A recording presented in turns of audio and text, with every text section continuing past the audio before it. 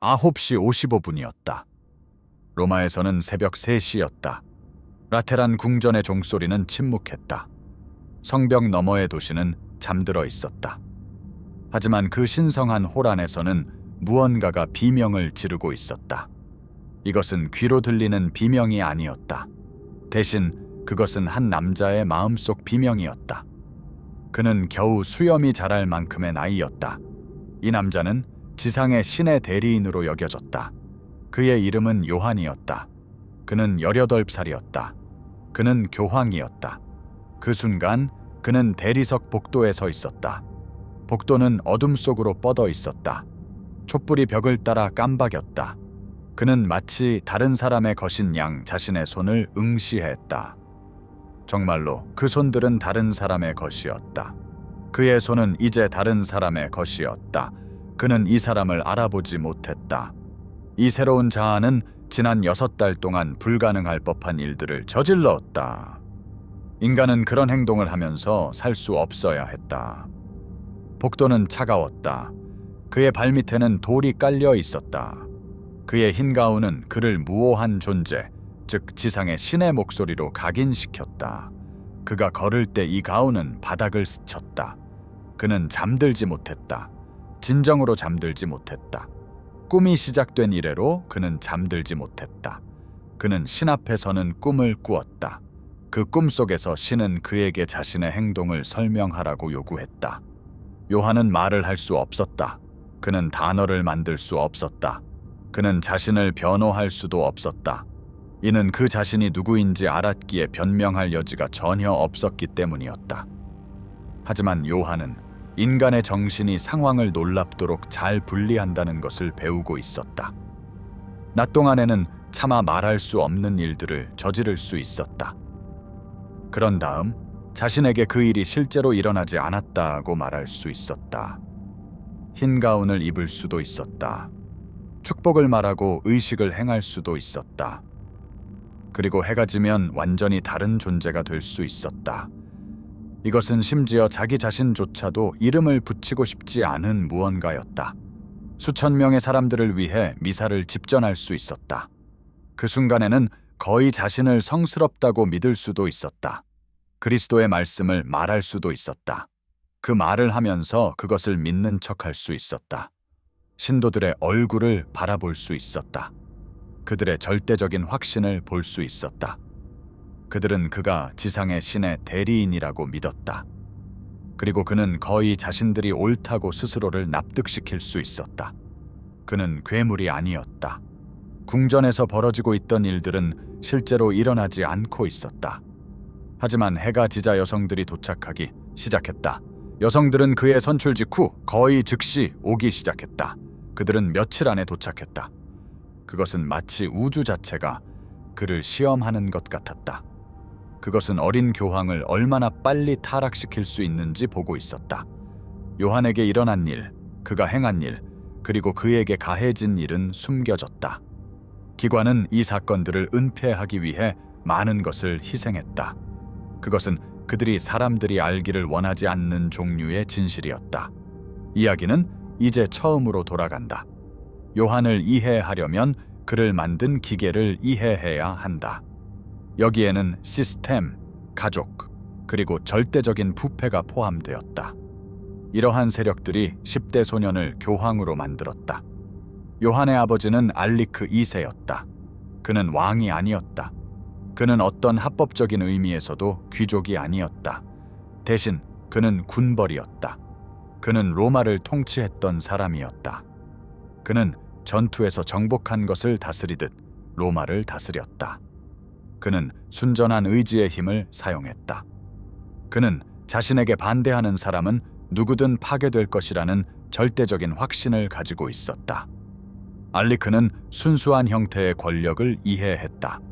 그는 두려움과 지배를 통해 사람들을 통제한다는 것을 알았다. 또한 그는 사람들에게 어떤 일이든 할 수 있으며 어떠한 결과에도 직면하지 않을 것이라는 지식을 통해 그들을 통제했다. 그의 어머니는 모로시아였다. 알리크가 폭력의 도구였다면 모로시아는 그 폭력을 영속시킨 설계자였다. 그녀의 명성은 너무나 추악하여 사람들은 그녀에 대해 수군거렸다. 이것은 추문에 익숙한 시대에도 사실이었다. 교황은 정부를 두었다. 추기경은 사생활을 두었다. 교회 자체는 권력자들이 벌이는 정치적 게임이었다. 그들은 그녀를 요부라고 불렀다. 그들은 그녀를 조종자라고 불렀다. 그들은 그녀를 훨씬 더 나쁜 것들로 불렀다. 모로시아는 여러 남자에게서 자녀를 낳았다.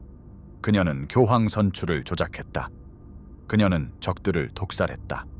게다가 그녀는 자신의 성적 매력을 통해 동맹을 구축했다. 그녀는 자신의 교활함으로 그 동맹들을 파괴했다. 요한이 태어날 무렵 그녀는 이미 전설적인 인물이었다. 그녀는 자신의 세상을 이해하는 여성이었다. 그 세상에서 남자들은 모든 공식적인 권력을 쥐고 있었다. 가장 위험한 여성은 그 권력을 사용할 수 있는 사람이었다. 그녀는 공식적으로 눈에 띄지 않으면서 그렇게 했다. 알리크가 954년에 사망했을 때 불가능했던 무언가가 갑자기 절박한 현실이 되었다. 그는 10대 아들을 남겼다. 이 소녀는 겨우 성인으로 간주될 만큼의 나이였다. 모로시아, 그 영리하고 무자비한 여성은 무엇을 해야 할지 즉시 이해했다. 그녀의 아들은 교황이 되어야 했다. 이것은 수년간의 연구를 통해서는 아니었다. 영적 준비를 통해서도 아니었다. 어떤 전통적인 교황직으로 가는 길을 통해서도 아니었다. 요한은 빨리 교황이 되어야 했다. 그의 어머니는 여전히 살아 있었다. 그녀는 그를 지도할 수 있었다. 그녀는 또한 그를 이용해 가족의 권력을 공고히 할 수 있었다. 모로시아는 자신이 살던 세상에 대한 근본적인 것을 이해했다. 교황은 단순한 영적 지도자가 아니었다. 그렇게 말하는 것은 태양이 단순히 빛의 원천이라고 말하는 것과 같았다. 교황은 로마를 통제했다. 그는 군대를 지휘했다. 그는 법을 공포했다. 그는 교회의 막대한 부를 통제했다. 게다가 그는 모든 기독교 세계에서 자신에게 복종하는 주교들을 임명했다. 그는 전쟁을 시작할 수도 있었다. 그는 전쟁을 끝낼 수도 있었다. 그는 누구든 이단으로 선언할 수 있었다. 그런 다음 그들을 화형에 처할 수도 있었다. 가장 중요하게도 그는 질문받을 수 없었다.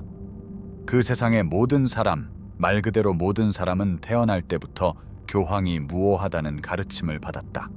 그의 말은 신의 말이었다. 그에게 반대하는 것은 신 자신에게 반대하는 것을 의미했다. 교황에게 동의하지 않는다면 그것은 지상에 있는 신의 목소리에 동의하지 않는 것이었다. 그것이 모로시아가 자신의 아들에게 원했던 종류의 권력이었다. 그러므로 그녀는 그것을 준비했다. 16살의 요한은 아가피투스 2세 교황에 의해 추기경이 되었다. 이것은 의례적인 임명이었다. 그것은 단순히 그를 잠재적인 미래 교황으로 표시하는 것이었다. 그것은 또한 이 소년, 20대가 로마에서 가장 강력한 가족의 지지를 받고 있음을 알리는 것이었다. 이것은 과정의 시작일 뿐이었다. 그것은 955년 그가 18살에 선출되는 것으로 절정에 달했다. 요한은 교황으로 선출되었다. 잠시 그것을 생각해 보아야 한다. 그것이 무엇을 의미하는지 생각해 보아야 한다. 18살 소년은 겨우 사춘기를 벗어난 참이었다. 그는 겨우 면도를 하는 나이였다. 그럼에도 그는 갑자기 수백만 명 사람들의 영적 삶에 대한 절대적인 권력을 부여받았다. 그는 막대한 부의 통제권을 받았다. 그는 군대에 대한 지휘권을 받았다. 그는 자신을 무오하다고 선언할 권한을 받았다. 그는 자신이 한 어떤 일도 질문받을 수 없다는 확신을 얻었다. 이는 그가 신을 대변했기 때문이었다. 그에게 투표한 추기경들은 영적 지도자를 선택하는 것이 아니었다. 그들은 심지어 그런 척하는 것도 아니었다. 그들은 통제하기에 충분히 어린 사람을 선택하고 있었다. 이 사람은 조종하기에 충분히 어렸다. 그는 가족이 시키는 것은 무엇이든 할 만큼 어렸다. 그들은 가족을 통해 자신들의 이익을 보호할 만큼 충분히 연결된 사람을 선택하고 있었다. 가장 중요하게도 그들은 자신들이 원하는 것은 무엇이든 할 사람을 선택하고 있었다. 이것은 나이가 많고 경험이 많은 사람들이 제기할 수 있는 도덕적인 반대 없이 일어날 것이었다. 이 사람은 아직 양심이 완전히 형성되지 않았을 만큼 어렸다. 그는 여전히 유연한 사람이었다. 그들은 정확히 원하는 것을 얻었다. 하지만 그것은 그들이 예상했던 방식이 아니었다. 처음 몇 달 동안 요한은 노력했다. 그는 의식을 행했다. 그는 왕에게 왕관을 씌웠다. 그는 문서에 서명했다.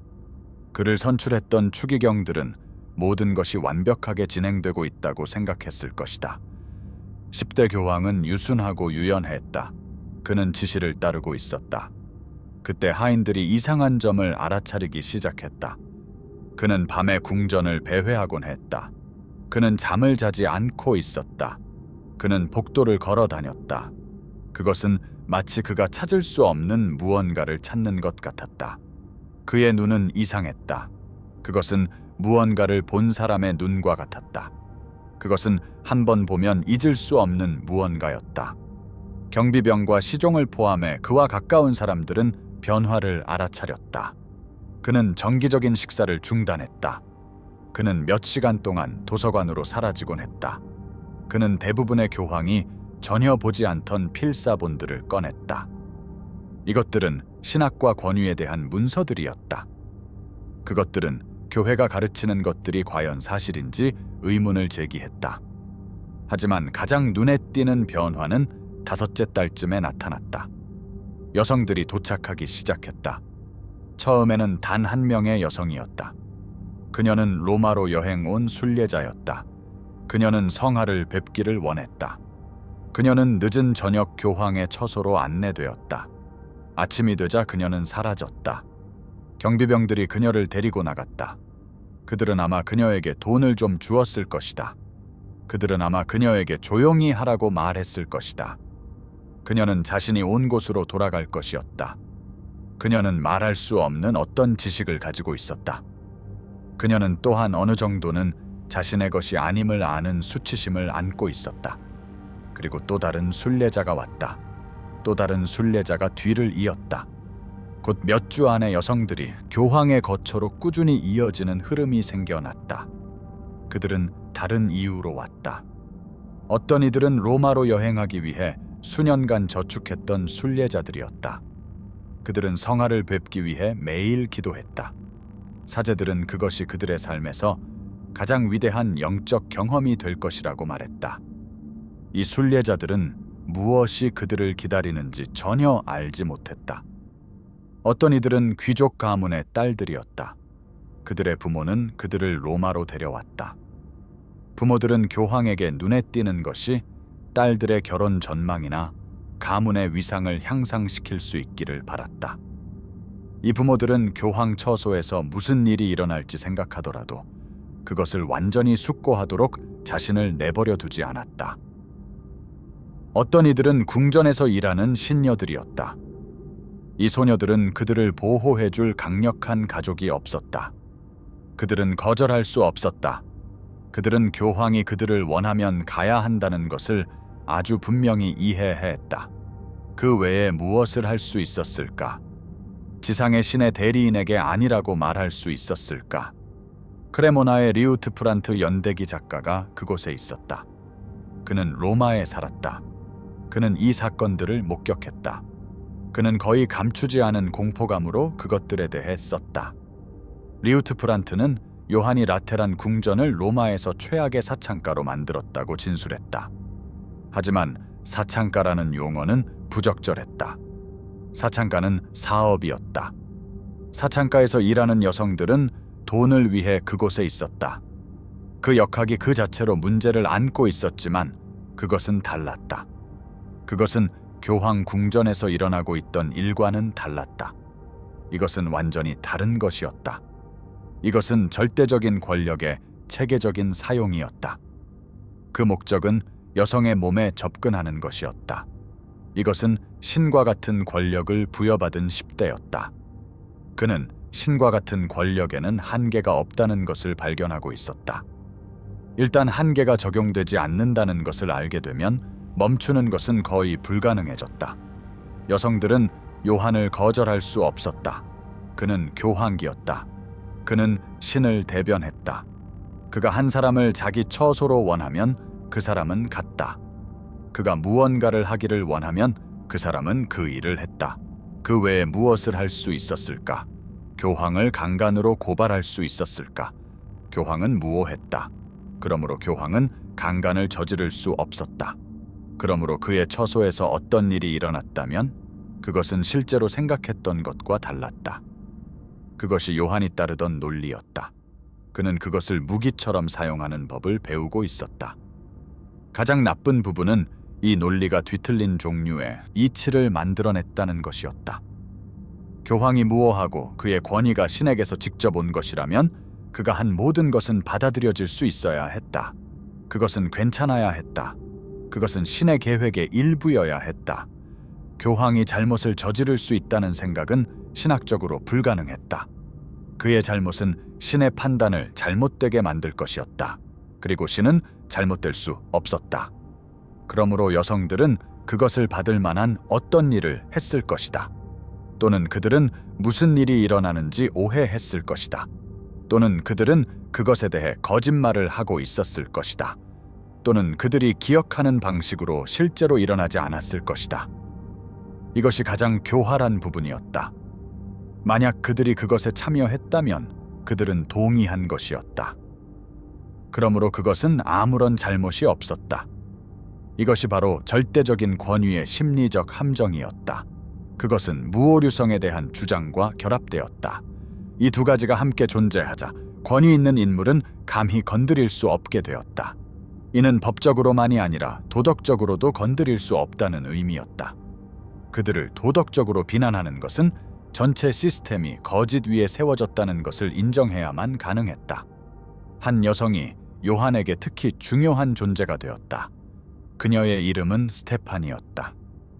그녀는 요한의 아버지 알리크의 첩이었다. 알리크가 죽자 그녀는 요한에게 넘어왔다.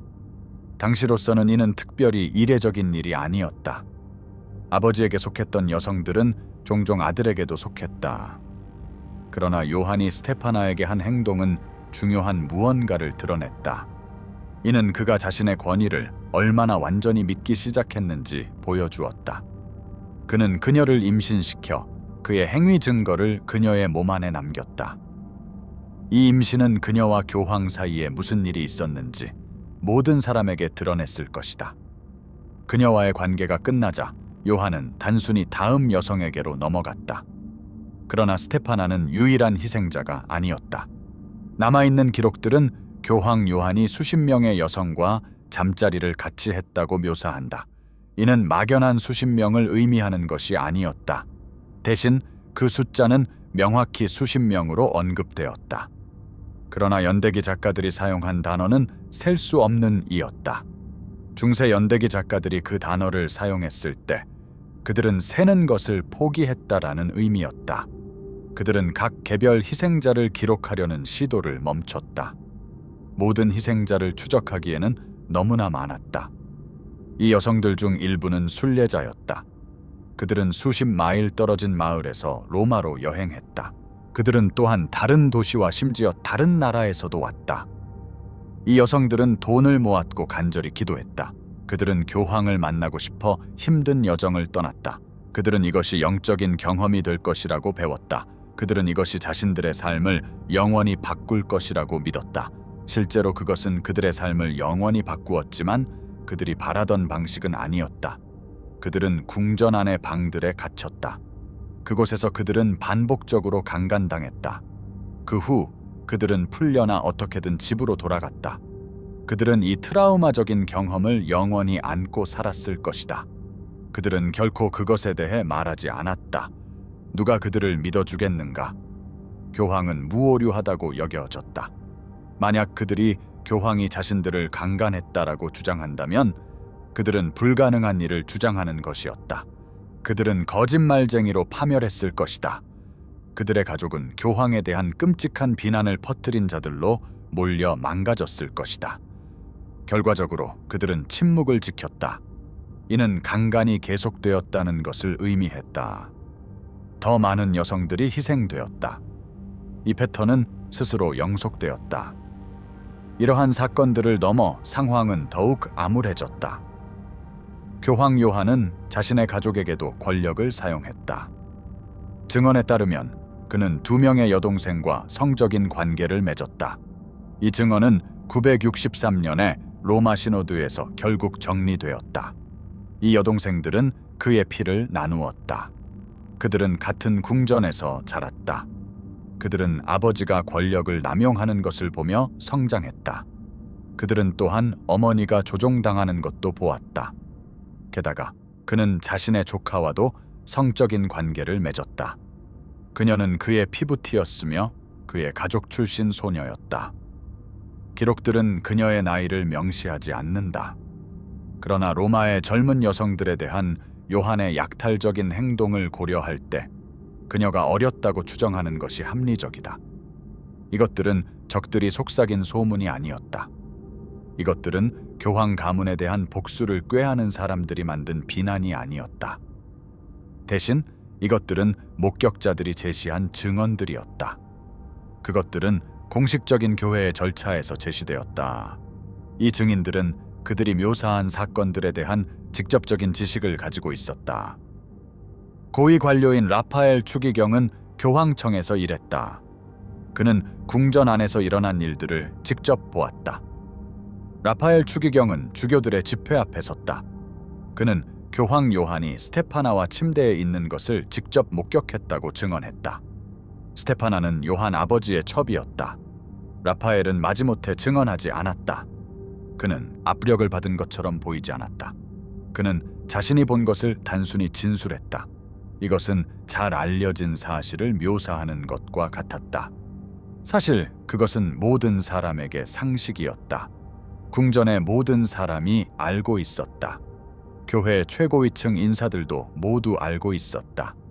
이것은 몇몇 공모자들이 지키는 비밀이 아니었다. 이것은 모두에게 알려진 공공연한 스캔들이었다. 하지만 모두가 그것이 존재하지 않는 척했다.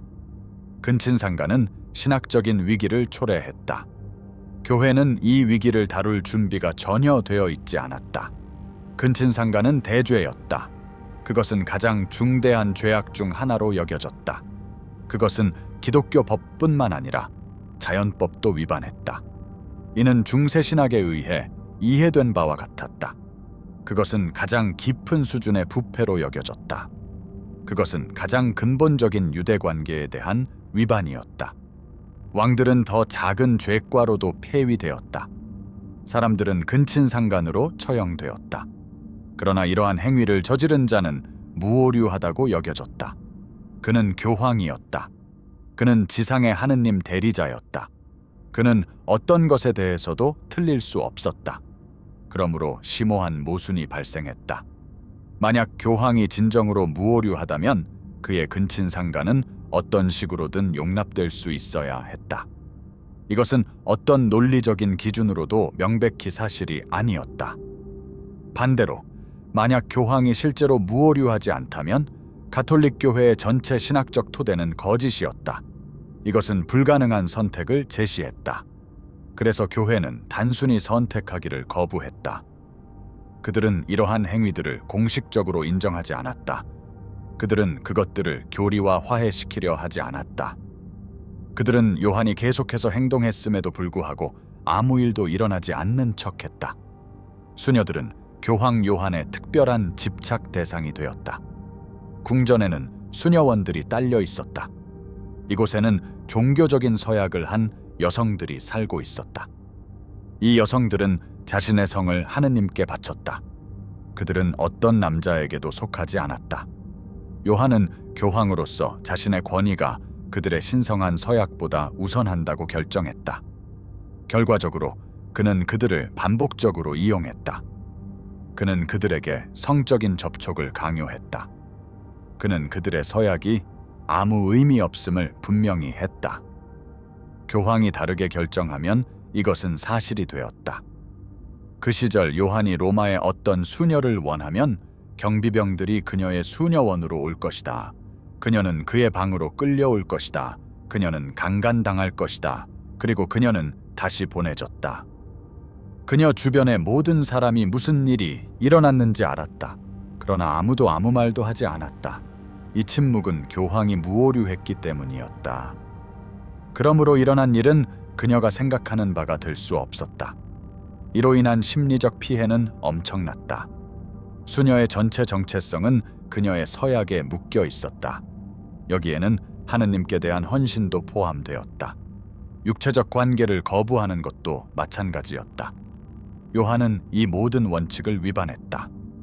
그는 그녀의 몸뿐만 아니라 영적 정체성의 근본 자체를 침해했다. 960년경 교황 요한은 남성 애인들도 두었다. 기록들은 그가 바티칸 궁전에서 동성애 난교를 벌였다고 묘사한다. 중세 연대기 작가들이 사용한 언어는 어색하다. 그들은 자신들이 불쾌하게 여기는 무언가를 묘사하려 했다. 그들은 그것을 어떻게 분류해야 할지 확신하지 못했다. 그러나 그들이 묘사하고 있던 것은 명확하다. 요한은 여성뿐만 아니라 남성들과도 성적인 만남을 강요했다. 그는 자신의 절대적인 권력을 사용하여 성별에 관계없이 원하는 누구에게든 성적인 접근을 얻었다. 이것은 어떤 정상적인 의미의 욕망에 관한 것이 아니었다. 대신 이것은 그의 절대적인 권위를 과시하는 것에 관한 것이었다. 그의 권력은 모든 곳에 미쳤다. 아무도 그에게서 안전하지 않았다. 그의 권력은 절대적이었고 그가 원하는 모든 것에 사용될 수 있었다. 궁전 자체도 알아볼 수 없게 변했다. 라테란 궁전은 신성한 교황들이 기도와 묵상 속에서 살았다라고 여겨지던 곳이었다. 그것은 변모했다. 연대기 작가 리우드 프란드는 그곳을 사창가와 악덕의 소굴로 묘사했다. 여성들은 그곳에 갇혀 있었다.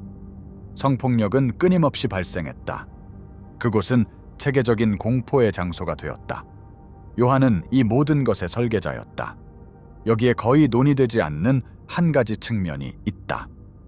960년경 요한의 심리에서 무언가가 바뀌기 시작했다. 하인들이 그것을 가장 먼저 알아차렸다. 그의 에너지가 변했다.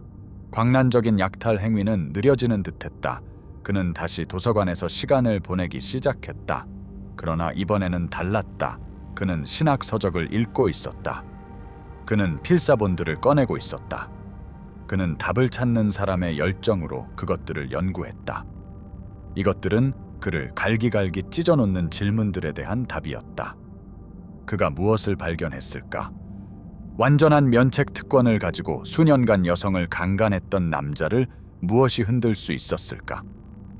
이 시대를 연구하는 역사가들은 여러 이론을 가지고 있다. 한 가지 제안은 요한이 근본적인 무언가를 깨닫기 시작했다는 것이다. 그의 전체 세계관은 거짓이었다. 그는 평생 자신이 무오류하다고 배웠다. 그는 자신이 하느님을 대변한다고 믿었다. 그는 또한 자신의 권위가 하늘에서 온다고 믿었다.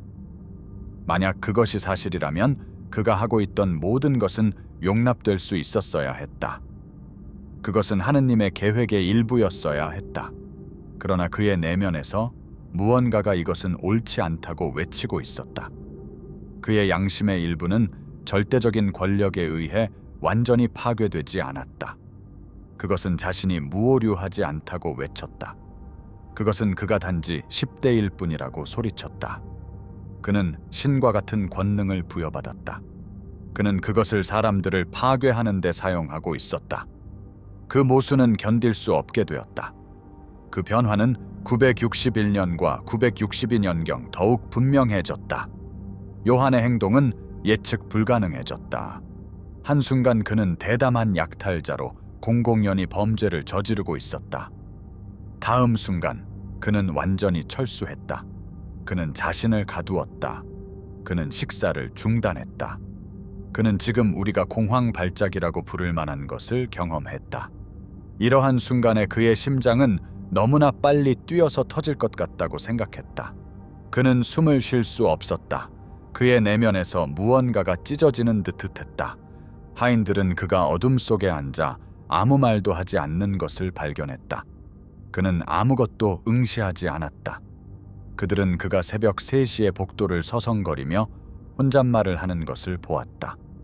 일부 기록들은 그가 종교적인 환상을 경험하고 있었음을 시사한다. 이것이 진정한 영적 경험이었는지 아는 것은 불가능하다. 혹은 그것은 자신의 행동의 무게 아래에서 정신이 파편화되는 것일 수도 있었다. 그를 선출했던 추기경들은 초조해지기 시작했다. 이것은 그들이 선택했던 순종적인 꼭두각시가 아니었다. 이것은 정신이 무너지고 있는 사람이었다. 망가진 교황은 위험했다. 양심의 위기를 겪는 교황은 어떤 일이든 할 수 있었다. 그는 고백할 수도 있었다. 그는 일어나고 있는 일을 폭로할 수도 있었다. 그는 전체 기관을 불안정하게 만들 수도 있었다. 분명히 무언가가 행해져야 했다. 960년, 신성 로마 제국 황제 오토가 로마에 도착했다. 황제 오토는 강력했다. 그는 군대를 지휘했다. 황제 오토는 교황에 추정되는 무오류성에 의해 위협받을 만한 종류의 사람이 아니었다. 분명히 오토는 교황 궁전에서 일어나는 일에 경악했다. 황제는 잔혹한 현실 정치에 익숙했다. 그는 권력이 요구하는 무자비함을 이해했다. 그러나 그조차도 기독교 세계에서 가장 신성한 건물에서의 체계적인 성적 약탈을 용납할 수 없었다. 오토는 교황 요한에게 사임하라고 압력을 가하기 시작했다. 교황은 저항하려고 했다. 어떻게 그가 사임할 수 있었겠는가? 교황은 교황이었다. 그것은 단순히 내려놓을 수 있는 직책이 아니었다. 그의 권위는 하느님에게서 왔다. 그것은 왕관처럼 내려놓을 수 있는 것이 아니었다. 그러나 오토에게는 군대가 있었다. 그는 신학적 원칙에 대해 진정으로 신경 쓰지 않았다. 오토는 문제를 해결하기를 원했다. 그러므로 오토는 계속 압박했다. 교황 요한의 정신은 이미 파편화되고 있었다. 그는 자신의 절대적인 권위가 그를 보호할 수 없는 단 한 가지에 직면했다. 이것은 군사력의 지원을 받는 더 강력한 사람의 의지였다. 963년, 그들은 시노드를 소집했다. 이것은 공식적인 교회 회의였다. 시노드는 표면적으로는 다양한 교회의 문제들을 다루는 것이었다. 그러나 모든 사람은 그것이 진정으로 무엇에 관한 것인지 알고 있었다. 그것은 요한의 범죄에 대한 공식 기록을 만들고자 하는 것이었다. 또한 궁전에서 벌어진 일들을 기록하는 것이 목적이었습니다. 게다가 그들은 교황을 권좌에서 몰아내기 위해 필요한 증거를 만들려 했습니다. 증언이 시작되었습니다. 주교들이 차례로 일어났습니다. 추기경들도 줄을 이어 일어났습니다. 그들은 자신들이 목격한 바를 묘사했습니다. 어떤 이들은 강간에 대한 증언을 했습니다. 다른 이들은 여성들이 포로로 억류된 사실을 밝혔습니다. 라파엘 추기경은 요한 교황이 그의 아버지 첩과 침대에 함께 있는 것을 보았다고 증언했습니다. 유린당한 수녀들에 대한 자세한 내용이 밝혀졌습니다. 남성 애인들과 동성 간 난교 파티에 대한 언급도 있었습니다. 이 모든 것이 기록되었습니다. 모든 범죄, 모든 피해자가 기록되었습니다. 이러한 세부 사항들은 시노드의 공식 회의록에 담겨 있었습니다. 그때 놀라운 일이 벌어졌습니다. 교회는 이 내용 중 어느 것도 공개하지 않았습니다. 시노드는 교황의 범죄에 대한 공식 기록을 만들었습니다. 이 기록은 그 어떤 문서보다도 완전했습니다. 그 후 교회는 이를 봉인했습니다. 그들은 기록을 문서 보관소에 가두었습니다. 그들은 일반 가톨릭 신자들이 기록된 내용을 결코 알지 못하도록 했습니다. 그들은 또한 교황 요한의 희생자들이 역사에서 지워지도록 했습니다. 만약 신자들이 교황이 저지른 일을 알았더라면 교회의 모든 기반이 무너졌을 것입니다. 이는 지상의 하느님 대리인인 그가 여성들을 체계적으로 강간했기 때문이었습니다. 사람들은 질문을 던지기 시작할지도 모릅니다. 그들은 의심하기 시작할지도 모릅니다. 의심은 기관들이 가장 두려워하는 것입니다. 요한 교황은 시노드가 기록한 자신의 범죄 기록을 마주했습니다. 그는 선택의 기회를 받았습니다. 그는 사임하거나 아니면 강제로 해임될 수 있었습니다. 추기경들은 교황을 폐위하는 공개적인 수모를 겪으려 하지 않았습니다. 이는 신학적인 이유 때문이었습니다. 상황은 복잡했습니다. 너무나도 곤란한 질문들을 불러일으켰습니다. 하지만 사임은 깔끔하고 간단한 해결책이었습니다. 그는 사임한 뒤 수도원으로 은퇴할 수 있었습니다. 그곳에서 그는 자신의 죄를 묵상할 수 있었습니다. 신자들에게는 그가 기도의 삶을 선택했다고 말할 수 있었습니다. 위기는 모면되었습니다. 963년 요한 교황은 물러났습니다. 그의 나이는 26살이었습니다. 공식적인 이야기는 그가 영적인 묵상을 추구하기로 결정했다라고 전했습니다. 그는 수도 생활을 원했습니다. 그는 자발적인 소박함과 기도를 선택했습니다. 실제 진실은 그를 강제로 퇴위시킨 추기경들과 주교들만이 알고 있었습니다. 그는 자신을 따라잡으려 하는 범죄들로부터 도피하고 있었습니다. 그가 강간한 여성들은 아무것도 받지 못했습니다. 그들은 사과도 인정도 배상도 받지 못했습니다. 그들은 그저 역사 속에서 사라졌습니다. 그들의 고통은 불편한 진실로 여겨졌습니다. 교회는 이 진실을 지워야 했습니다. 요한 교황이 퇴위한 후 그에게 무슨 일이 일어났는지는 대부분 역사에서 사라졌습니다. 일부 기록에 따르면 그는 수도원으로 물러났습니다. 다른 기록들은 그가 감시 아래 있었다고 시사합니다. 그는 자신의 이야기를 들을 수도 있는 그 누구와도 말하지 못하도록 제지되었습니다.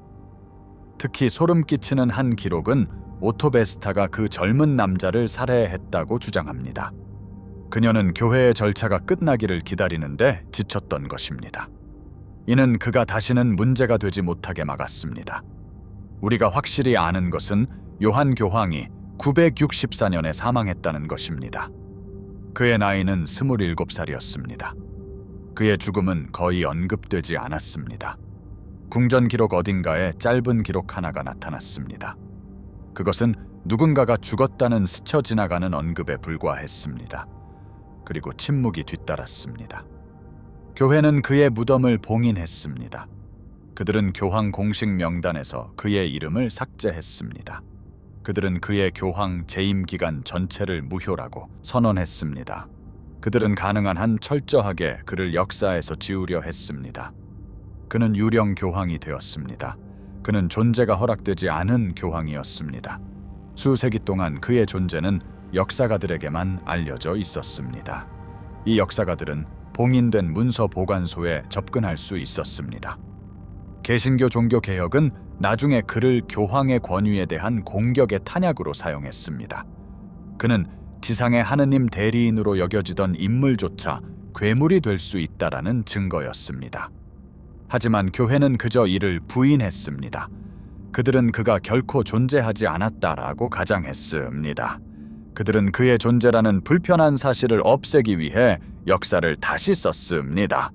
그럼에도 불구하고 증언들은 살아남았습니다.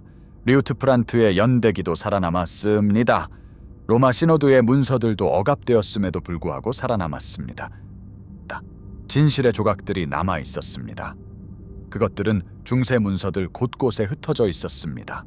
그것들을 한데 모을 용기 있는 역사가들을 기다렸습니다. 역사가들이 마침내 이 조각들을 20세기에 한데 모았을 때 불편한 진실을 억압하려던 교회의 능력은 약해져 있었습니다. 드러난 것은 체계적인 성적 포식의 초상이었습니다. 이는 너무나도 완전하고 명백히 기록되어 있었으며 부인할 수 없는 것이었습니다. 심지어 교회조차 이런 일이 없었다라고 가장할 수 없었습니다. 그들은 그저 사람들이 이 사실을 잊어주기를 바랐습니다. 가시교황 요한의 진정한 스캔들은 그가 성적 포식자였다라는 것이 아닙니다. 역사는 그러한 사례들을 가지고 있습니다. 왕과 교황 그리고 권력 있는 사람들은 문명의 시작부터 성폭력을 저질러 왔습니다. 요한 교황의 이야기가 다른 점은 그 다음에 일어난 일입니다. 중요한 것은 기관이 어떻게 대응했는가 하는 점입니다. 교회는 알고 있었습니다. 추기경들도 알고 있었습니다. 주교들도 알고 있었습니다. 교황의 직원들 또한 알고 있었습니다. 목격자들은 범죄들을 보았습니다. 피해자들이 나섰습니다. 증거는 기록되었습니다. 그럼에도 불구하고 기관은 그를 보호하기로 선택했습니다. 그들은 침묵의 공모를 만들었습니다. 그것은 공식적인 공모는 아니었습니다. 대신 그것은 암묵적인 합의였습니다. 이 문제는 내부적으로 조용히 처리될 것이라는 합의였습니다. 이는 교회의 신뢰도를 손상시키는 것을 피하기 위함이었습니다. 피해자들은 버려졌습니다. 진실은 억압되었습니다. 교황이 마침내 물러나야 했을 때 기관은 한 가지를 확실히 했습니다. 그의 해임 이유는 깊이 묻힐 것이라는 점이었습니다. 미래 세대의 가톨릭 신자들은 그런 일이 일어났다는 것을 결코 알지 못할 수도 있었습니다. 그러나 아무도 한 가지 사실을 인정하려 하지 않았습니다. 대략 960년경이 되자 요한 교황 내면에 무언가가 부서지기 시작했습니다. 하인들이 이를 가장 먼저 알아차렸습니다. 그의 행동이 변하기 시작했습니다.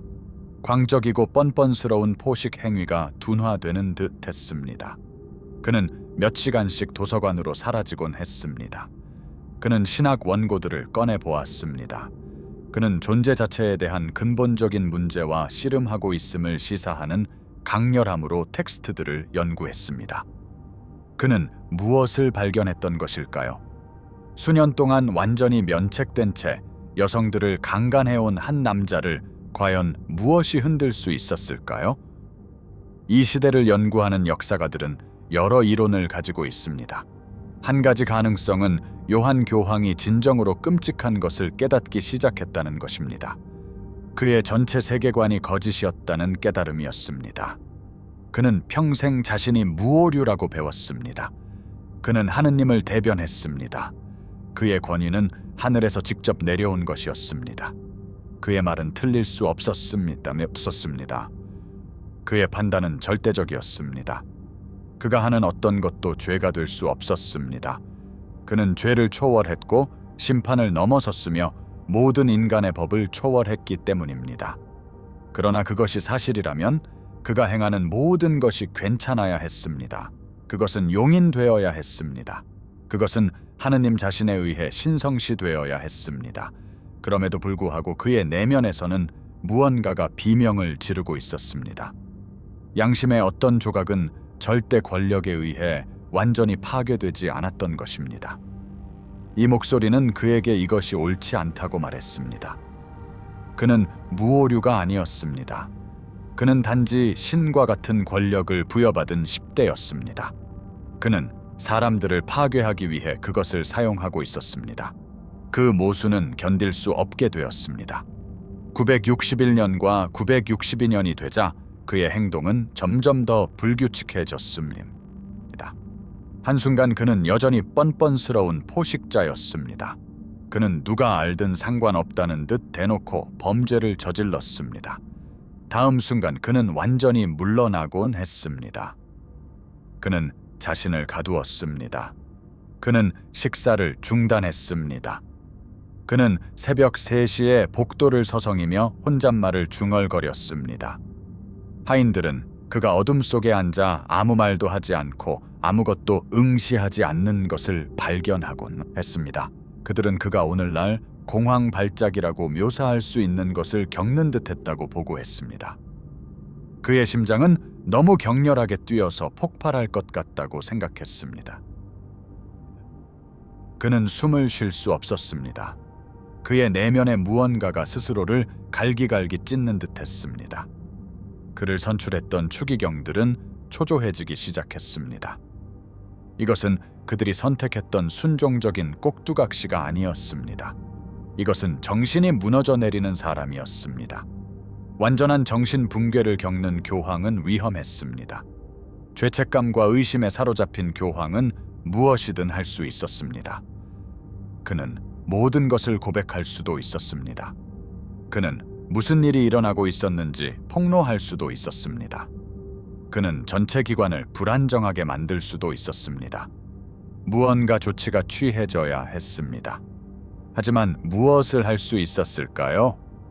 960년, 신성 로마 제국 황제 오토 1세가 로마에 도착했습니다. 오토는 강력했습니다. 오토는 군대를 지휘했습니다. 오토는 교황에 추정되는 무오류성에 의해 위협받을 만한 사람이 아니었습니다. 남아있는 역사적 기록에 따르면 오토는 진정으로 경악했습니다. 그는 교황 궁전 안에서 벌어지는 일을 보았습니다. 황제는 잔인한 현실 정치를 익히 알고 있었습니다. 그는 권력을 이해했습니다. 그는 제국을 통치하는 것이 때로는 끔찍한 일들을 요구한다는 것을 이해했습니다. 그는 자신의 잔악 행위들을 저질렀습니다. 그는 처형을 명령했습니다. 그는 전쟁을 벌였습니다. 그는 비위가 약한 사람이 아니었습니다.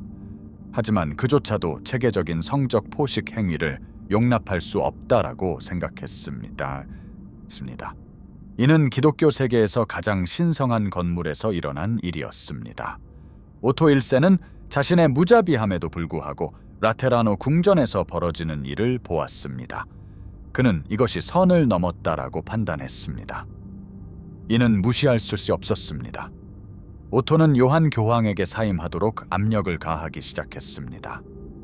교황은 저항하려 했습니다. 그가 어떻게 사임할 수 있단 말인가요? 교황은 교황이었습니다. 그것은 그저 물러날 수 있는 자리가 아니었습니다. 그의 권위는 하느님으로부터 왔습니다. 그는 왕관을 내려놓듯 권위를 버리고 떠날 수 없었습니다. 하지만 오토에게는 군대가 있었습니다. 오토는 신학적인 원칙들에 대해 크게 신경 쓰지 않았습니다. 오토는 문제가 해결되기를 원했습니다. 그래서 오토는 계속 압박했습니다. 그는 요한 교황이 자발적으로 사임하지 않으면 필요하다면 강제로 해임될 것임을 분명히 했습니다. 정신이 이미 분열되고 있던 요한 교황은 부인할 수 없는 한 가지 사실에 직면했습니다. 그의 절대적인 권위로는 그를 보호할 수 없다는 사실이었습니다. 그는 군사력으로 뒷받침되는 더 강력한 남자의 의지에 맞서게 되었습니다. 그 모순은 너무나 컸습니다. 요한 교황의 신학은 그의 권위가 절대적이라고 가르쳤습니다. 그러나 그렇지 않았습니다. 그것은 조건적이었습니다. 그것은 세속 권력의 묵인에 달려 있었습니다. 그것은 철회될 수 있었습니다. 그것은 빼앗길 수 있었습니다. 그의 무오류성은 조건적이고 정치적인 것으로 드러났습니다. 963년, 그들은 공식 교회 회의인 시노드를 소집했습니다. 시노드는 표면적으로는 다양한 교회 문제를 다루는 것이었습니다. 그러나 관련된 모든 사람들은 그것이 진정 무엇에 관한 것인지 알고 있었습니다. 그것은 요한 교황의 범죄에 대한 공식 기록을 만드는 것이었습니다. 그것은 궁전에서 일어난 일을 기록하는 것이었습니다. 그것은 그를 권좌에서 몰아내기 위해 필요한 증거를 만드는 것이었습니다. 그들은 그가 강간범이자 성적 포식자라는 것을 직접적으로 인정하지 않고 이 일을 진행했습니다. 증언들이 이어졌습니다. 주교들이 차례로, 추기경들도 줄지어 회의 앞에 섰습니다. 그들은 자신들이 목격한 것을 묘사했습니다. 그들은 또한 신뢰할 만한 증인들로부터 들은 것을 공유했습니다. 여기에는 체계적인 강간에 대한 기록들이 포함되었습니다. 그들은 여성들이 신성한 궁전에 포로로 억류되었다는 묘사를 들었습니다. 교황청의 고위 관리였던 라파엘 추기경은 증언했습니다. 그는 요한 교황이 자신의 아버지 첩과 침대에 함께 있는 것을 직접 목격했다고 묘사했습니다. 유린당한 수녀들에 대한 세부 사항들이 드러났습니다. 남성 애인들에 대한 언급도 있었습니다. 기독교에서 가장 신성한 장소에서 난교 파티가 벌어졌습니다. 진짜 근친상간 혐의도 제기되었습니다. 이 모든 것이 기록되었습니다. 모든 단일 범죄와 모든 피해자가 기록되었습니다. 이는 시노드의 공식 회의록에 기록되었습니다. 교황의 잔악 행위에 대한 완벽한 목록이었습니다. 그러자 놀라운 일이 일어났습니다. 기관이 실제로 어떻게 작동하는지에 대해 알아야 할 모든 것을 드러내는 일이었습니다. 교회는 이 내용 중 어느 것도 공개하지 않았습니다. 시노드는 교황의 범죄에 대한 공식 기록을 만들었습니다. 그것은 어떤 중세 문서보다도 완벽했습니다. 그들은 모든 것을 기록했습니다. 그들은 증언을 수집했습니다. 그들은 증거를 만들었습니다. 그런 다음 그들은 기록을 봉인하여 문서 보관소에 가두었습니다. 그들은 일반 가톨릭 신자들이 기록된 내용을 결코 알지 못하도록 했습니다. 그들은 또한 요한 교황의 희생자들이 역사에서 지워지도록 했습니다. 신자들이 교황이 저지른 일을 알았다면 교회의 모든 기반은 무너졌을 것입니다. 그들은 지상에 있는 하느님의 대리인이 여성들을 체계적으로 유린했다는 것을 알게 되었을 것입니다. 사람들은 교황이 과연 무오한 존재인지 의문을 품기 시작했을 것입니다. 교황이 정말로 하느님을 대변하는지 의심하기 시작했을지도 모릅니다. 사람들은 교회가 의존하는 전체 권위 구조에 의문을 제기하기 시작했을 수 있습니다. 그리고 의심은 기관들이 가장 두려워하는 것입니다. 이것이 바로 그 패턴입니다. 절대적인 도덕적 권위를 주장하는 기관들이 실제로 행동하는 방식입니다. 이는 절대 권력을 가진 자들의 범죄에 직면했을 때 발생합니다. 그들은 포식자를 보호합니다. 그들은 희생자들을 침묵시킵니다. 그들은 역사를 다시 씁니다. 기관의 신뢰도를 보존하기 위해 필요한 모든 것을 합니다. 기관의 생존이 희생된 사람들의 복지보다 더 중요합니다. 이에 대해 생각해 보십시오. 깊이 새겨두십시오. 기관의 생존은 희생자들보다 더 중요합니다. 자신의 범죄에 대한 시노드의 문서와 마주한 교황 요한은 선택을 받았습니다. 그는 사임하거나 해임될 수 있었습니다. 추기경들은 교황을 해임하는 공개적인 굴욕을 겪지 않으려 했습니다. 그것은 신학적으로 복잡한 문제였습니다. 너무 많은 곤란한 질문들을 야기했습니다. 만약 그들이 그를 해임했다면 그 이유를 인정해야만 했을 것입니다. 그들은 교황이 성범죄자였다라고 공개적으로 밝혀야 했을 것입니다. 지상에 있는 하느님의 무오한 대리인이 강간을 저질렀음을 인정해야만 했을 것입니다. 그러나 사임은 깔끔하고 간단했습니다. 그것은 누구도 진실을 소리내어 말하도록 강요하지 않고 문제를 해결했습니다. 그는 사임하고 수도원으로 은퇴할 수 있었습니다. 그곳에서 그는 자신의 죄를 성찰할 수 있었습니다. 신자들에게는 그가 기도하는 삶을 선택했다라고 말할 수 있었습니다. 그 이야기는 그가 수도원 생활이 진정한 소명이라고 결정했다라는 것일 수 있었습니다. 위기는 모면되었습니다. 기관은 보존되었습니다. 희생자들은 잊혔습니다. 963년에 교황 요한은 사임했습니다. 그는 26살이었습니다. 가톨릭 세계에 알려진 공식적인 이야기는 그가 영적인 성찰을 추구하기로 결정했다는 것이었습니다. 그는 수도원 생활을 하고 싶어 했습니다. 그는 자발적인 단순함과 기도를 선택했습니다. 그는 교황직의 책임에서 물러났습니다. 그는 더 단순한 헌신의 삶으로 부름받았다고 느꼈습니다. 그를 강제로 물러나게 한 추기경들과 주교들은 진실을 알고 있었습니다. 교황 다섯째 요한은 자신을 뒤쫓아올 범죄들로부터 도피하고 있었습니다. 그는 최후 통첩을 받았기 때문에 떠났습니다. 그는 사임하거나 해임에 직면해야 했습니다. 만약 그가 해임되었다면 그의 모든 비행은 공개되었을 것입니다. 교황 다섯째 요한에게 강간당한 여성들은 아무것도 받지 못했습니다.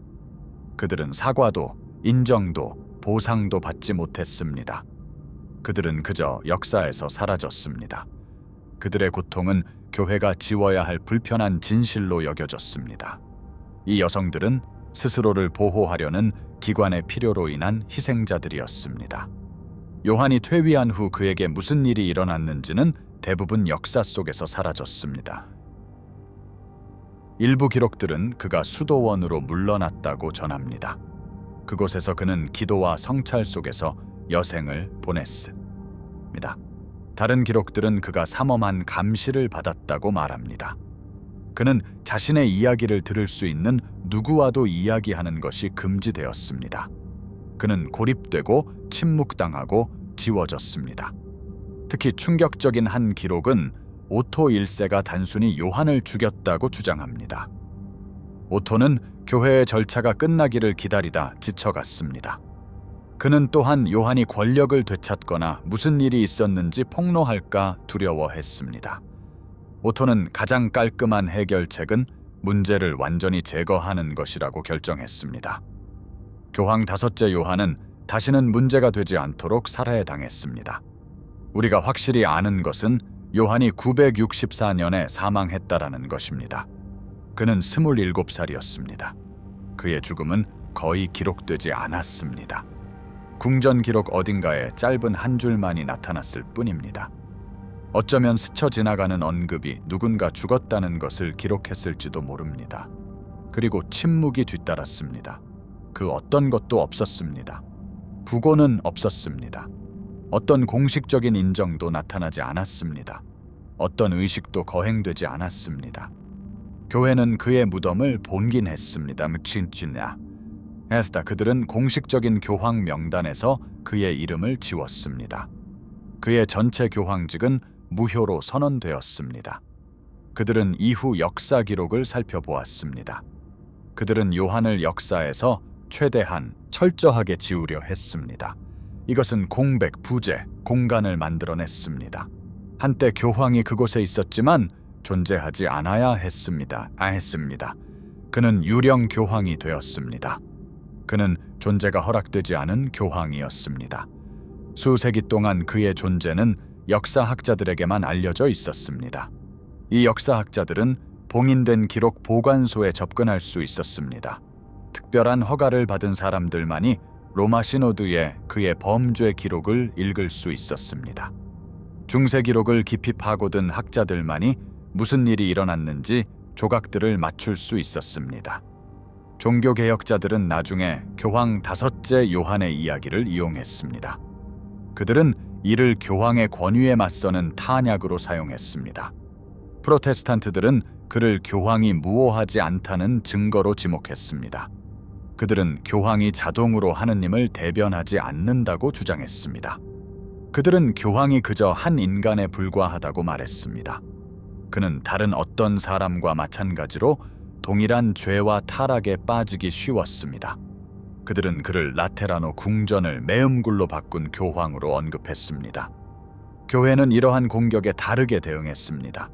그들은 그 비난들을 사실로 인정하지 않았습니다. 대신 그들은 5째 요한이 아예 존재하지 않았다고 단순히 부인했습니다. 그들은 그를 변호하지 않았습니다.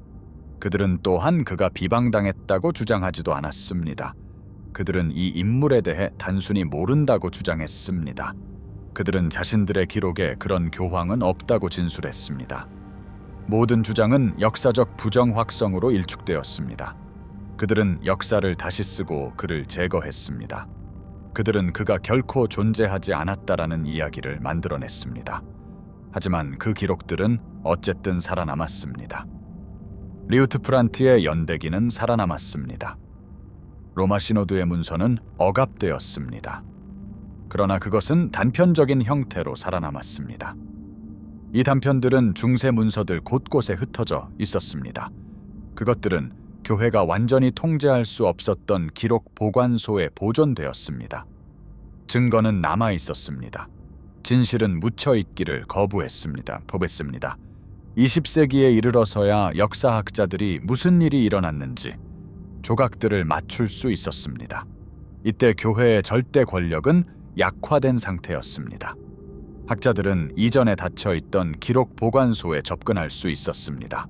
그 단편들로부터 진실을 회복하기 위해서는 수십 년간의 신중한 연구가 필요했습니다. 역사학자들이 마침내 모든 것을 종합했을 때 그들은 완전한 그림을 제시했습니다. 이 그림은 교황의 약탈과 기관의 은폐를 보여주었습니다. 드러난 사실은 부인할 수 없었습니다. 서구 세계에서 가장 강력한 종교기관은 성범죄자를 의도적으로 보호했습니다. 그들은 그의 범죄를 문서화했습니다. 그들은 그 문서를 숨겼습니다. 그들은 희생자들을 지웠습니다. 그리고 그들은 가해자를 역사 자체에서 지우려 시도했습니다. 교황 요한의 진정한 스캔들은 그가 성범죄자였다라는 것이 아닙니다. 역사에는 이러한 많은 예시들이 있습니다. 왕, 교황, 그리고 권력 있는 사람들은 태초부터 성폭력을 저질러 왔습니다. 포식자들은 존재합니다. 권력은 그들을 끌어들입니다. 이것은 놀라운 일이 아닙니다. 요한의 이야기가 다른 점은 다음에 일어난 일입니다. 중요한 것은 기관이 어떻게 대응했는가입니다. 그들은 체계적인 강간에 대한 논란의 여지 없는 증거에 직면했습니다. 이 강간은 그들의 가장 신성한 공간에서 일어났습니다. 교회, 추기경들, 주교들, 그리고 교황의 직원들 모두 진실을 알고 있었습니다. 목격자들은 그 범죄들을 자신의 눈으로 직접 보았습니다. 희생자들이 나섰습니다. 증거는 공식 교회 절차에 문서화되었습니다. 그럼에도 불구하고 기관은 어쨌든 요한을 보호하기로 선택했습니다. 그들은 침묵의 음모를 만들어냈습니다. 이것은 회의와 문서가 있는 공식적인 음모는 아니었습니다. 그것은 권력자들 사이의 암묵적인 이해와 상호 합의였습니다. 이 문제는 내부적으로 조용히 처리될 것이었습니다. 이러한 접근 방식은 교회의 신뢰도를 손상시키지 않을 것이었습니다. 희생자들은 버려졌습니다. 진실은 억압되었습니다. 교황이 마침내 사임했을 때 기관은 행동했습니다. 그들은 그의 해임 이유가 깊이 묻히도록 조치했습니다. 미래의 가톨릭 신자들은 무슨 일이 일어났는지 결코 알지 못할 수도 있었습니다. 이러한 패턴은 모든 기관에서 반복됩니다. 이 기관들은 절대적인 도덕적 권위를 주장합니다. 그러나 그들은 누구에게도 책임지지 않습니다. 오늘날의 기관들을 보십시오. 교회, 기업, 정부, 대학, 병원들은 강력한 개인들을 보호하는 것처럼 보입니다. 그들은 그들을 성범죄에 대한 책임으로부터 보호합니다. 여러분은 이 똑같은 패턴이 다시 재생되는 것을 보고 있습니다. 여러분은 동일한 우선순위들이 자신을 주장하는 것을 보고 있습니다. 여러분은 동일한 기관의 계산들을 보고 있습니다. 조지목입니다. 증거를 지우고 생존자들을 침묵시키고 포식자를 보호하려는 동일한 시도를 보고 있습니다. 요한은 1000년 전에 사망했습니다. 그러나 그가 예시한 기제는 여전히 작동하고 있습니다. 이 시스템은 그를 보호하고 그의 희생자들을 지웠습니다. 그것은 여전히 사람들을 파괴하고 있습니다. 그것은 여전히 포식자들을 보호하고 있습니다. 그것은 여전히 우리가 있도록 요구하고 있습니다. 그것은 여전히 희생자들에게 침묵하라고 요구하고 있습니다. 이것은 기관들이 자신들의 신뢰도를 보존하게 합니다. 이 교황은 수녀들을 강간했습니다. 그는 여성들을 감금한 교환기였습니다. 그는 또한 근친상간을 저지른 교환기였습니다. 그의 약탈은 너무나 완전하고 체계적이어서 주교들의 관심과 공포를 불러일으켰습니다. 이는 기독교 세계 전체의 지도자들을 경악하게 했습니다. 그 교황은 1000년 전에 살다가 죽었습니다. 그러나 그의 방법, 논리, 정당화는 모두 살아남았습니다. 바로 지금, 오늘날 그 동일한 방법들이 사용되고 있습니다. 그것들은 여러분 주변의 모든 기관에서 취약한 사람들을 목표로 합니다. 이 이야기를 들어주셔서 감사합니다. 여러분들의 의견은 모든 것을 의미합니다. 이 이야기에 대해 어떻게 생각하시는지 알려주십시오. 하느님을 대변한다고 주장하는 기관이 강간을 저지르는 사람을 어떻게 체계적으로 보호할 수 있는지 말해주십시오. 기관들이 실제로 변한다고 믿으시는지 알려주십시오.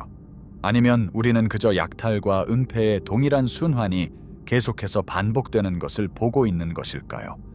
더 많은 이야기를 원하시면 구독하십시오. 기관들은 이 이야기들을 묻어두기를 선호할 것입니다. 희생자들은 기억될 가치가 있습니다. 그들의 고통은 알려질 가치가 있습니다. 역사는 진실을 말할 가치가 있습니다. 이것은 그 진실이 세상에서 가장 강력한 사람들을 연루시킬 때조차 사실입니다. 어디에서 이 이야기를 듣고 계십니까? 저는 이 진실이 이 벽을 넘어 확산되고 있다는 것을 알고 싶습니다. 모든 곳의 사람들이 자신들의 기관이 숨기려 했던 것을 배우고 있습니다. 그것이 바로 변화를 만듭니다. 그것은 잊거나 앞으로 나아가는 것이 아닙니다. 그것은 과거가 침묵 속으로 사라지는 것을 거부하는 것입니다. 교황 다섯째 요한을 이해하는 것은 과거를 비난하는 행위가 아닙니다. 그것은 우리의 진보에 대해 스스로를 칭찬하는 것이 아닙니다. 그것은 중세시대 사람들에게 도덕적으로 우월감을 느끼는 것이 아닙니다. 결국 그들은 다른 가치를 가진 다른 시대에 살았습니다. 이것은 패턴을 인식하는 것에 관한 것입니다. 이것은 권력이 어떻게 작동하는지 이해하는 것에 관한 것입니다. 이것은 그 중세 궁전들에서 만들어진 기제를 보는 것에 관한 것입니다. 또한 오늘날에도 동일한 기제가 작동하고 있음을 인식하는 것입니다. 그것은 여러분 주변의 모든 기관에서 작동하고 있습니다. 요한의 희생자들을 파괴하는 데 사용된 특정 기술들은 고립, 감시, 지속적인 비난, 그리고 조작을 포함했습니다. 이 기술들은 963년에 사라지지 않았습니다. 그것들은 역사적 호기심으로 남지 않았습니다. 그것들은 나머지 중세 역사와 함께 봉인되지 않았습니다. 대신 그것들은 살아남고 퍼져나가며 정교해졌습니다. 그것들은 현재 학대적인 관계에서 사람들을 통제하고 파괴하는 데 사용됩니다. 이단들은 그것들을 사용하여 신입들을 붕괴시키고 절대적인 복종을 심어줍니다. 권위주의 정부들은 그것들을 사용하여 자신들의 국민을 통제합니다. 특정 기업들은 그것들을 사용하여 노동자들에 대한 권력을 유지합니다. 이 기술들은 권력이 절대적이고 견제받지 않기를 원하는 모든 곳에서 사용됩니다. 요한의 희생자들은 중요한 지식을 소유했습니다.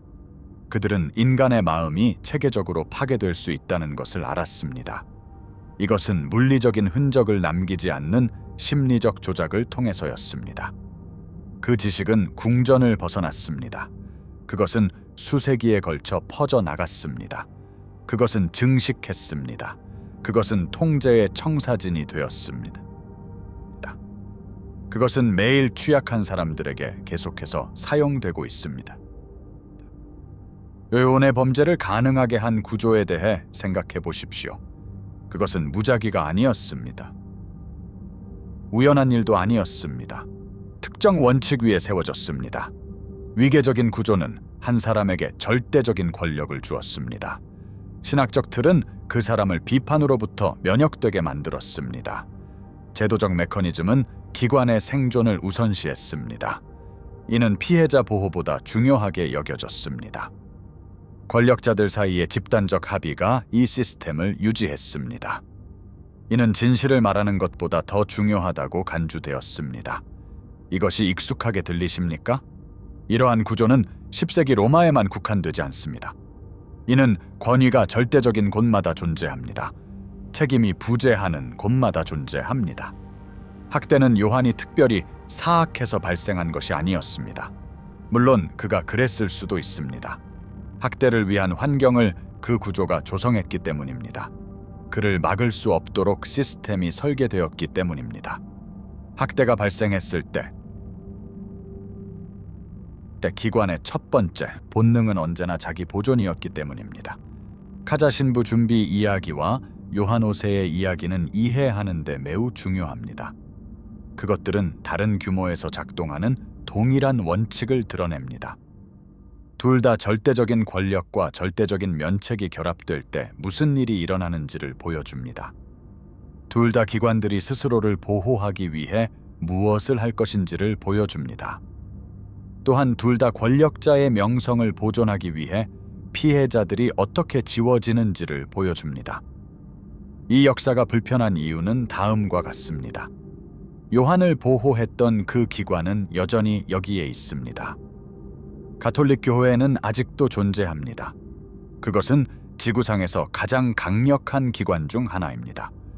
그것은 여전히 도덕적 권위를 주장하며 사람들에게 어떻게 살아야 할지, 무엇을 믿어야 할지 말하고 있습니다. 그것은 1000년 전에도 성범죄자를 보호하고 있었습니다. 피해자들을 체계적으로 지워버렸습니다. 진실보다 기관의 생존을 택했습니다. 상황이 바뀌었을까요? 교회는 개혁되었을까요? 네, 어떤 면에서는 그렇습니다. 생존자 옹호자들이 있습니다. 이러한 문제들을 해결하려 노력하는 사람들이 기관 내에 있습니다. 투명성과 책임성을 향한 움직임도 있습니다. 하지만 근본적인 구조는 동일하게 유지됩니다. 이것은 권력이 아래로 흐르는 위계적 조직입니다. 책임은 어디로도 흐르지 않습니다. 최고위층 사람들은 비범한 권위와 함께 결과에 대한 비범한 면책을 가집니다. 기관의 명성은 피해자 보호보다 중요합니다. 취약한 사람들입니다. 이것이 가톨릭 교회만의 특징일까요? 아닙니다. 그렇지 않습니다. 이것은 대부분의 대규모 기관의 구조입니다. 정부도 이러한 구조를 가집니다. 기업도 마찬가지입니다. 대학도 그렇습니다. 군사 조직도 이러한 구조를 가지고 있습니다. 이러한 패턴은 어디에나 있습니다. 패턴이 존재하는 곳마다 학대가 뒤따릅니다. 책임 없는 권력은 필연적으로 학대를 낳습니다. 자신들의 생존을 우선시하는 기관은 필연적으로 포식자를 보호합니다. 권위를 집중시키도록 설계된 시스템은 필연적으로 착취의 도구가 됩니다. 요한의 이야기가 특히 중요한 이유는 이것입니다. 그것은 흔적을 남기지 않고 한 사람의 의지를 체계적으로 꺾는 방법에 대한 지식입니다. 그 지식은 궁전을 벗어났습니다. 중세 로마에 갇혀 있지 않았습니다. 그것은 전파되고 연구되었으며 정교하게 다듬어졌습니다. 정보기관들은 이를 배우고 신문에서 사용했습니다. 사이비 종교는 이를 배우고 신입 회원들에게 적용했습니다. 심리학자들은 이를 연구하고 기록했습니다. 가해자들은 이를 배우고 친밀한 관계에서 적용했습니다.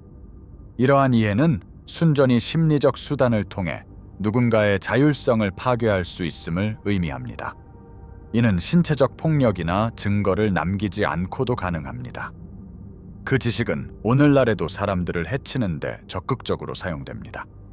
관계에서 누군가 파트너의 의지를 꺾으려 한다고 가정해 보십시오. 그들은 통제, 고립, 끊임없는 비난, 예측 불가능성을 사용합니다. 이는 라테라노 궁전과 같은 곳에서 개발되고 완성된 기술들입니다. 사이비 종교가 신입 회원을 무너뜨릴 때도 마찬가지입니다. 그들은 수면 부족과 심리적 조작을 이용합니다. 이것은 수세기 동안의 제도적 관행을 통해 다듬어진 기술들입니다. 정부가 신문에서 심리적 고문을 사용할 때도 그렇습니다. 이는 취약한 사람들의 체계적인 학대를 통해 축적된 지식을 적용하는 것입니다. 요한의 피해자들을 무너뜨리기 위해 만들어진 기제는 여전히 작동하고 있습니다. 그것은 개선되고 체계화되었습니다. 또한 박사 학위 소지자들과 학술직을 가진 사람들에 의해 연구되고 정교하게 다듬어졌습니다. 그러나 근본적으로 그것은 같은 기제입니다. 그 기제를 이해하는 것이 그것에 저항하는 첫 번째 단계입니다. 이 이야기에 대해 저를 괴롭히는 것은 이것입니다. 우리는 요한의 대부분의 피해자들의 이름을 알지 못합니다. 우리는 스테파나에 대해서는 알고 있습니다. 수녀들이 있었다는 것을 압니다. 순례자들이 있었다는 것도 압니다. 귀족 가문의 딸들이 있었다는 것도 압니다. 또한 하인들과 거리에서 납치된 여성들도 있었습니다. 그들의 이름은 사라졌습니다. 그들의 이야기는 지워졌습니다. 그들의 목소리는 1000년 동안 침묵당했습니다. 침묵했습니다. 역사는 요한의 범죄를 기록했습니다. 그러나 그들의 인간성을 기록하지는 않았습니다. 역사는 포식 행위를 기록했습니다. 피해자들의 회복력은 기록하지 않았습니다. 역사는 학대의 기제를 보존했습니다. 학대당한 사람들은 잊어버렸습니다. 이것이 제도적 삭제의 모습입니다. 단지 불편한 진실이 숨겨지는 것만이 아닙니다. 온전한 인간 존재들이 역사 기록에서 지워지는 것입니다. 그들의 고통은 이름을 보존할 만큼 중요하지 않습니다. 그들의 정체성은 무관하다고 간주됩니다. 그들은 통계가 됩니다. 우리는 수많은 여성들, 셀 수 없는 피해자들, 그리고 불확실한 수의 강간 피해자들을 가지고 있습니다. 그들을 지워버린 기관은 여전히 여기에 있습니다. 그것은 여전히 무엇이 중요하고 무엇이 중요하지 않은지에 대해 결정하고 있습니다. 다 무엇을 보존하고 무엇을 잊을지 여전히 선택하고 있습니다. 누구의 이야기가 가치 있는지 여전히 결정하고 있습니다. 또한 누구의 고통이 무관하다고 간주되는지도 결정합니다. 요한의 범죄를 이해하는데 가장 충격적인 측면은 이것입니다. 그것들이 그의 시대나 장소에만 국한되지 않았다라는 점을 인식해야 합니다. 그가 보여준 기제는 다른 사람들을 해치는 체계적인 권력 사용이었습니다. 이는 가해자를 보호하기 위해 설계된 제도적 장치와 결합되었습니다. 이 기제는 고대부터 존재합니다. 전 세계적이며 지속적입니다. 다양한 형태와 다양한 맥락에서 나타납니다. 그러나 근본적인 원칙은 항상 동일합니다. 절대적인 권력과 절대적인 면책이 결합되면 필연적으로 학대를 낳습니다. 이것은 가끔 또는 자주 일어나는 것이 아닙니다. 필연적으로 발생합니다. 이러한 학대를 가하는 방법에 대한 지식은 성장했습니다. 이는 신체적 흔적을 남기지 않고 다른 사람을 심리적으로 꺾는 방법을 포함합니다. 또한 권위를 파괴의 도구로 사용하는 방법도 포함됩니다. 이 지식은 수세기 동안 축적되었습니다. 실천을 통해 정교하게 다듬어졌습니다. 학술기관에서 연구되었습니다. 정부, 기업, 가해자, 그리고 모든 종류의 기관들에 의해 무기화되었습니다. 이 역사를 이해하는 것은 중요합니다.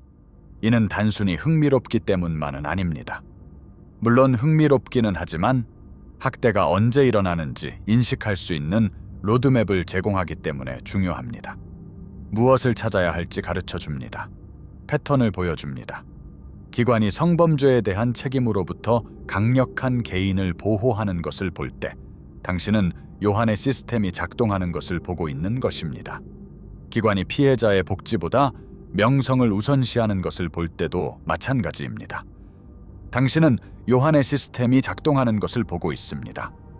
가해자가 보호받는 동안 피해자들이 침묵당하고 지워지는 것을 볼 때도 그렇습니다. 당신은 요한의 시스템이 작동하는 것을 보고 있는 것입니다. 기관의 권위를 보존하기 위해 진실이 체계적으로 억압되는 것을 볼 때도 마찬가지입니다. 당신은 요한의 시스템이 작동하는 것을 보고 있습니다. 세부 사항은 바뀝니다. 이름도 바뀝니다. 세기도 바뀝니다. 그러나 근본적인 패턴은 반복됩니다. 그 구조가 그러한 일이 발생하도록 허용하기 때문에 반복됩니다. 이 구조는 위계적 권위와 책임으로부터의 면책을 결합합니다. 또한 진실보다 생존을 우선시하는 제도적 메커니즘을 가지고 있습니다. 그 구조는 우리 주변의 모든 기관에서 여전히 구축되고 유지됩니다. 이 역사를 이해하는 것이 첫 번째 단계입니다. 우리가 보는 것을 명명하는 것이 두 번째 단계입니다. 침묵의 공모에 참여하기를 거부하는 것이 세 번째 단계입니다. 기관이 포식자를 보호하고 있다는 것을 알면서 침묵한다면 당신은 그 기제의 일부가 됩니다. 진실이 억압되는 것을 보고 공식적인 이야기를 받아들인다면 당신은 삭제에 동참하는 것입니다. 피해자의 정의보다 기관의 명성을 우선시할 때 당신은 학대에 공모하게 됩니다. 요한을 보호했던 사람들은 그들이 사악해서 그렇게 한 것이 아니었습니다.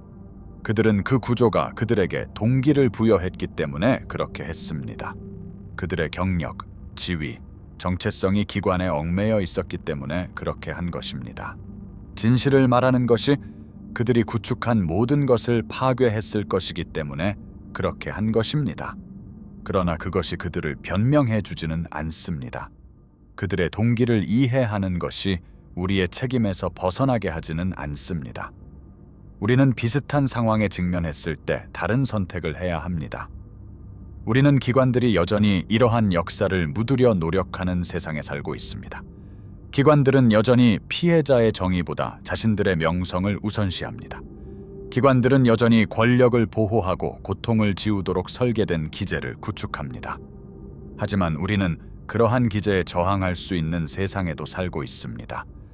피해자들은 목소리를 낼 수 있습니다. 진실은 결국 기록 보관소에서 드러날 수 있습니다. 사람들은 기관들이 잊혀지기를 바라는 것을 기억하기로 선택할 수 있습니다. 요한의 이름은 지워졌습니다. 그의 피해자들의 이름도 지워졌습니다. 무슨 일이 일어났는지에 대한 진실은 수세기 동안 억압되었습니다. 그러나 그것이 영원히 억압된 채로 남아있지는 않았습니다. 결국 역사가들은 조각들을 발견했습니다. 결국 이야기가 드러났습니다. 결국 진실은 부인할 수 없게 되었습니다. 그것이 중요합니다. 그것은 삭제에 저항하는 것이 가능하다는 의미이므로 저에게 희망을 줍니다. 그것은 기관의 권력이 아무리 강력하더라도 진실이 드러나는 것을 완전히 막을 수는 없다는 의미입니다. 기관들이 우리를 잊게 만들려고 모든 자원을 동원하더라도 어딘가에 누군가는 기억할 것이라는 의미입니다. 이 이야기는 우리가 무엇과 맞서고 있는지 보여주기 때문에 중요합니다. 그것은 기관들이 자신을 보호하기 위해 얼마나 깊이까지 나아갈지 보여줍니다. 또한 제도적 부패의 체계적인 본질을 보여줍니다. 하지만 그것은 진실이 살아남는다는 것을 보여주기도 합니다. 기억이 지속된다는 것을 보여줍니다. 심지어 1000년이 지난 후에도 우리는 무슨 일이 일어났는지 여전히 알 수 있다는 것을 보여줍니다. 우리는 잊기를 거부함으로써 피해자들을 여전히 기릴 수 있습니다.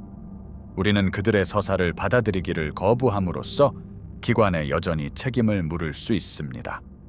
우리는 망각보다 기억을 여전히 선택할 수 있습니다. 또한 편안한 거짓말보다 진실을 여전히 선택할 수 있습니다. 그것이 모든 기억 행위가 의미하는 것입니다. 그것은 제도적 권력에 대한 저항 행위입니다. 이 이야기를 말하고 공유하고 이 역사가 묻혀 있도록 내버려 두기를 거부할 때마다 당신은 삭제 기제에 대한 저항 행위에 참여하는 것입니다.